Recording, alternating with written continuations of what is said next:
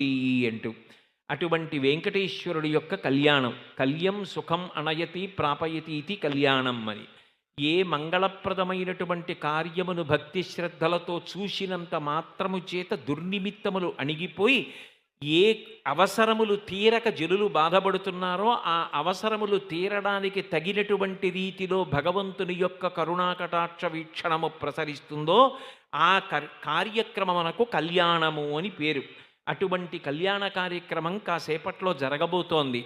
అంత గొప్ప కళ్యాణం, ఇన్ని దీపాలు, అంతమంది సాధుపురుషుల యొక్క దర్శనం, ఇంతకన్నా మనందరం కోరుకునేది ఉంటుంది? మనందరం జీవితాన్ని ధన్యం చేసుకోవడానికి ఇంతకన్నా ఉత్తమమైన మార్గం ఉంటుంది? పైగా రేపటి రోజున ఏకాదశి.